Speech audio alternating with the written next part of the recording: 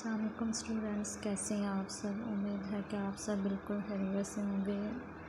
اپنے previous lecture میں ہم نے حدیث کے لغوی و اصطلاحی معنی، سنت کے لغوی و اصطلاحی معنی اور خبر اور اثر میں کیا فرق تھا یہ پڑھا تھا۔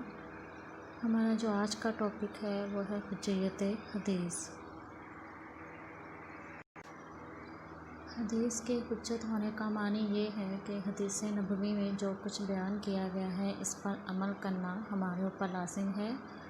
حدیث دلائل شرع میں سے ایک شرعی دلیل ہے، اس پر عمل کرنا دین کا حصہ ہے، اور عمل نہ کرنے والا دین کے ایک حکم کا تارک ترک سے ہے، جس کے معنی چھوڑنا ہے، سمجھا جائے گا۔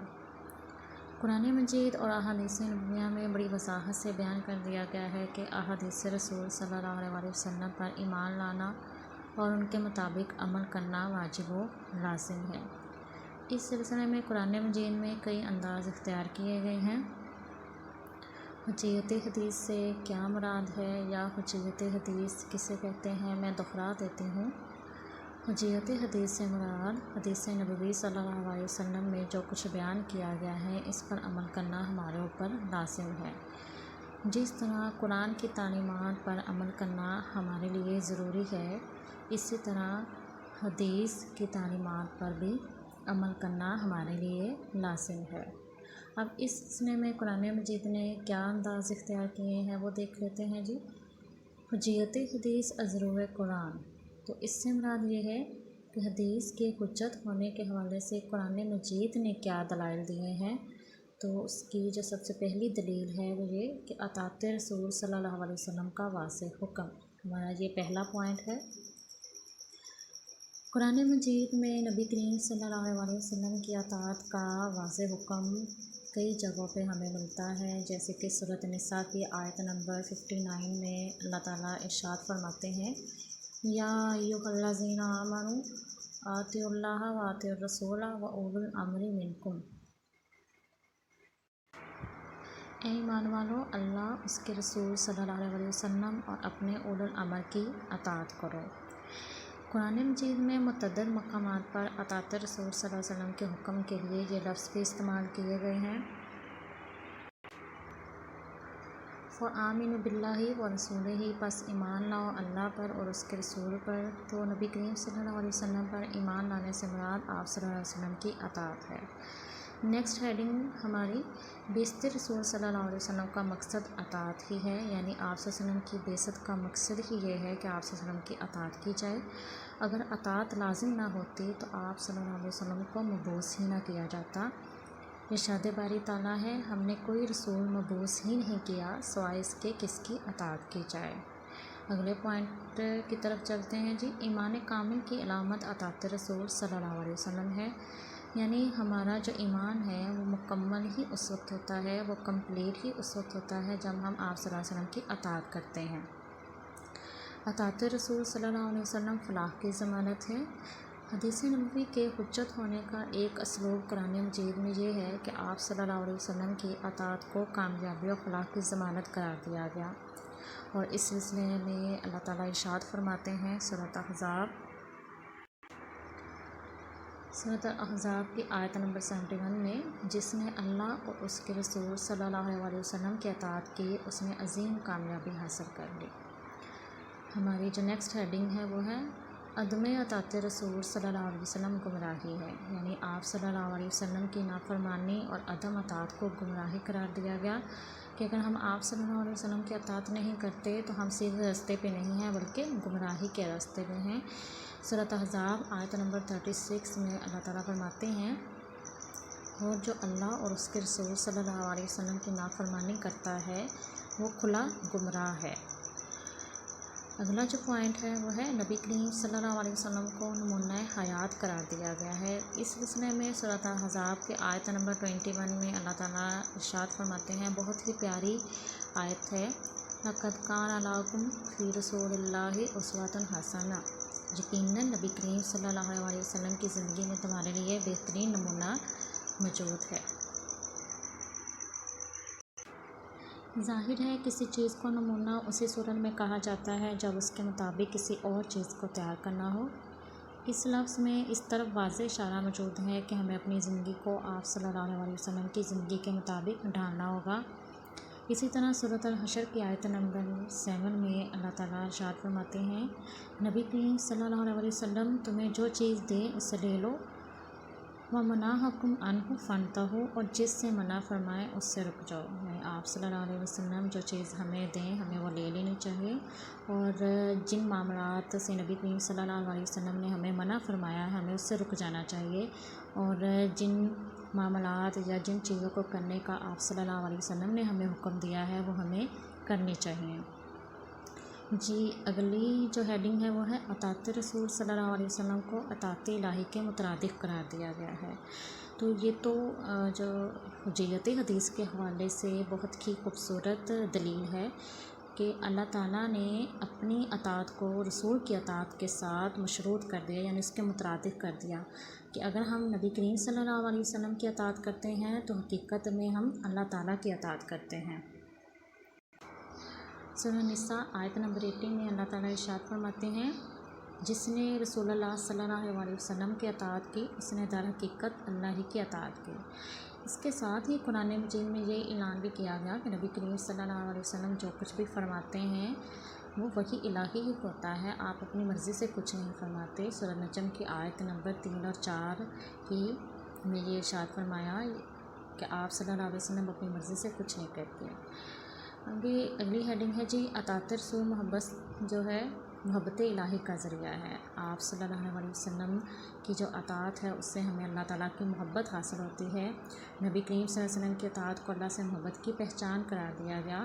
سورۃ آل عمران آیت نمبر 31 میں فرمایا، بہت ہی پیاری آیت ہے، کل کہہ دیجئے، یعنی اے نبی صلی اللہ علیہ وسلم ان سے فرما دیجئے، ان کنتم تحبون اللہ، کہ اگر تم اللہ سے محبت کرتے ہو، فاتبعونی، تو پس میری اتباع کرو، یحببکم اللہ، بس اللہ بھی تم سے محبت کرے گا۔ اگر ہم چاہتے ہیں کہ ہمیں اللہ تعالیٰ کی محبت حاصل ہو، ہمیں اللہ تعالیٰ کا قرب حاصل ہو، تو اس کے لیے ضروری ہے کہ ہم آپ صلی اللہ علیہ وسلم کی اطاعت کریں۔ اطاعت رسول صلی اللہ علیہ وسلم رحمت خداوندی کا ذریعہ ہے۔ نبی کریم صلی اللہ علیہ وسلم کی جو اطاعت ہے اس سے ہمیں اللہ تعالیٰ کی جو ہے وہ رحمت نصیب ہوتی ہے۔ اطاعت رسول صلی اللہ علیہ وسلم کو اللہ تعالیٰ کی طرف سے رحم و کرم کا ذریعہ قرار دیا گیا ہے۔ سورۃ آل عمران 133 میں ارشاد فرمایا، وَأَطِیعُوا اللَّهَ وَأَطِیعُوا الرَّسُولَ لَعَلَّکُمْ تُرْحَمُونَ، اطاعت کرو اللہ کی اور اس کے رسول کی اطاعت کرو تاکہ تم پر رحم کیا جائے۔ قبولیتی اعمال کی شرط اطاعت رسول صلی اللہ علیہ وسلم۔ اگر دیکھا جائے کہ حدیث کے حجت ہونے کے حوالے سے یہ دلیل بھی بہت خوبصورت ہے کہ ہمارے اعمال کی جو قبولیت ہے اللہ تعالیٰ کے ہاں اس کی شرط ہی یہی ہے کہ ہم آپ صلی اللہ علیہ وسلم کی اطاعت کریں۔ ہم اپنی زندگی میں جتنے بھی اعمال کرتے ہیں اچھے اعمال، تو ان کی قبول ہونے کی جو شرط ہے وہ آپ صلی اللہ علیہ وسلم کی اطاعت کی ہے۔ اور اس سلسلے میں فرمایا کہ یا ایھا الذین آمنوا اطیعوا اللہ واطیعوا الرسول ولا تبطلوا اعمالکم، اے ایمان والو اطاعت کرو اللہ کی اور اطاعت کرو رسول کی تاکہ تمہارے اعمال ضائع نہ ہو۔ تو اگر ہم اپنے اعمال کو ضائع نہیں کرنا چاہتے اور اگر ہم چاہتے ہیں کہ اس کی جو ہے وہ قبولیت ہو، وہ اللہ تعالیٰ کے ہاں مقبول ہو، تو اس کے لیے لازم ہے کہ ہم آپ صلی اللہ علیہ وسلم کی اطاعت کریں۔ ہمارا نیکسٹ پوائنٹ ہے حدیث قرآن مجید کی شرح ہے۔ شرح سے مراد وضاحت ہے، یعنی قرآن مجید کی۔ اگر نبی کریم صلی اللہ علیہ وسلم کی احادیث اور آپ کی سنت پر عمل نہ کیا جائے یا انہیں واجب العمل نہ سمجھا جائے تو قرآن مجید کی تعلیمات پر عمل ہی ممکن نہیں رہتا۔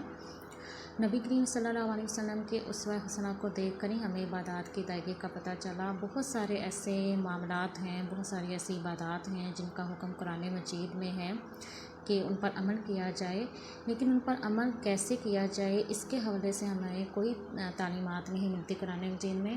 تو جب ہم سیرت رسول صلی اللہ علیہ وسلم کو دیکھتے ہیں، جب ہم آپ صلی اللہ علیہ وسلم کی احادیث کو دیکھتے ہیں تو ہمیں تب پتہ چلتا ہے کہ ہم نے ان احکامات پر کیسے عمل کرنا ہے۔ اب دیکھیں، اگر فار ایگزامپل نماز کے حکم کو ہی ہم لے لیں تو اللہ تعالیٰ نے 12 جگہ پہ نماز ادا کرنے کا حکم ہمیں دیا ہے، اقیموا الصلاۃ کہ نماز قائم کرو۔ اب نماز کس طرح ادا کرنی ہے، کس طرح قائم کرنی ہے، یہ ہمیں آپ صلی اللہ علیہ وسلم کی حدیث اور آپ صلی اللہ علیہ وسلم کی سیرت سے ہی معلوم ہوا۔ اس حوالے سے آپ صلی اللہ علیہ وسلم فرماتے ہیں، صلو کما رأیتمونی اصلی، نماز اس طرح پڑھو جیسے مجھے پڑھتے ہوئے دیکھتے ہو۔ اسی طرح حج کے حوالے سے جو ارکان اسلام کا ایک رکن ہے، ہمیں حکم دیا گیا کہ ہمیں بیت اللہ کا حج کرنا چاہیے جو صاحب استطاعت ہے زندگی میں ایک بار۔ اب اس کو ادا کیسے کیا جائے، اس کے جو ارکان ہیں ان کو کس طرح ادا کرنا ہے، تو اس سلسلے میں ہمیں تعلیمات آپ صلی اللہ علیہ وسلم کی احادیث اور آپ صلی اللہ علیہ وسلم کی سیرت سے ملتے ہیں۔ آپ صلی اللہ علیہ وسلم فرماتے ہیں، خذوا عنی مناسککم، مجھ سے اپنے حج کے مناسک سیکھ لو۔ تب ہمیں معلوم ہوا کہ حج کس طرح ادا کیا جائے گا، گویا حدیث نبوی صلی اللہ علیہ وسلم کے بغیر عبادات کے طریقہ کار کو سمجھا ہی نہیں جا سکتا۔ اس کے علاوہ بھی ہمیں اس حوالے سے متعدد واقعات ملتے ہیں، جن میں ایک بڑا ہی پیارا خوبصورت سا واقعہ ہے، اگر میں کہوں تو ایک معصوم سا واقعہ ہے رمضان کے حوالے سے۔ فرمایا کہ تم رمضان میں سحری کے وقت اس وقت تک کھاتے پیتے رہو جب تک کہ سیاہ دھاگا سفید دھاگے سے الگ نہ ہو جائے۔ تو ایک صحابی نے اپنے سرہانے تلے 2 دھاگے سفید اور سیاہ رکھ لیے اور دونوں کے الگ الگ نمایاں دکھائی دینے کا انتظار کرنے لگے۔ نبی کریم صلی اللہ علیہ وسلم کو علم ہوا تو فرمایا کہ تمہارا دھاگا تو بڑا ہی طویل ہو گیا۔ پھر واضح فرمایا کہ سیاہ اور سفید دھاگے سے مراد صبح صادق اور صبح کاذب ہے۔ دیکھیے کہ صحابی کو اس حکم کے متعلق جو ہے وہ علم نہیں تھا کہ اس سے کیا مراد ہے، تو آپ صلی اللہ علیہ وسلم نے پھر اس کی وضاحت فرمائی کہ یہ جو دھاگا ہے سیاہ اور سفید، یہ وہ دھاگا نہیں ہے بلکہ اس سے مراد صبح صادق اور صبح کاذب ہے۔ تو اس واقعے سے بھی ثابت ہوتا ہے کہ حدیث قرآن مجید کی شرح ہے۔ اس کے علاوہ بھی مزید واقعات آپ کو مل جائیں گے، جیسے کہ آپ کی کتاب میں موجود ہیں، اس کو آپ پڑھ لیجئے گا۔ جی، یہ تو تھے ہمارے حدیث کی حجت ہونے کے قرآنی دلائل، یعنی حجیت حدیث، ازروع قرآن۔ اسٹوڈنٹس، ایک اور بات میں آپ کو واضح کر دوں کہ جیسے ہر پوائنٹ میں میں نے ایک آیت ضرور آپ کے سامنے پڑھی دلیل کے طور پر، تو یہ لازم ہے آپ سب کے لیے بھی کہ آپ نے اس کو ضرور یاد کرنا ہے۔ جتنی بھی میں نے ہیڈنگز پڑھی، ان میں آپ نے ہر پوائنٹ میں جو ہے ایک آیت تو ضرور یاد کرنی ہے، اس طرح کہ ہر ہیڈنگ میں آپ کی کتاب میں 2 یا 3 آیات ضرور دی گئی ہیں دلیل کے طور پر۔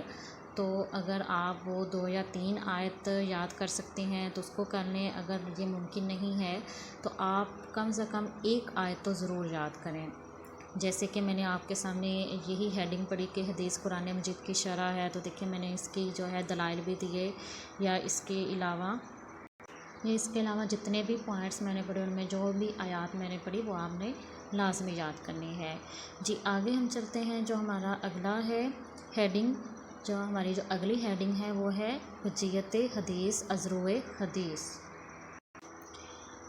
حجیت حدیث، ازروع حدیث سے مراد کہ حدیث جو ہے وہ ایک دلیل ہے یا حجت ہے، تو اس کی جو وضاحت ہے یا اس کی جو دلیل ہے وہ حدیث خود بھی دیتی ہے، کہ یعنی یہ اتنی ضروری ہے کہ آپ صلی اللہ علیہ وسلم کے بہت سارے اقوال اس کے متعلق ہمیں ملتے ہیں۔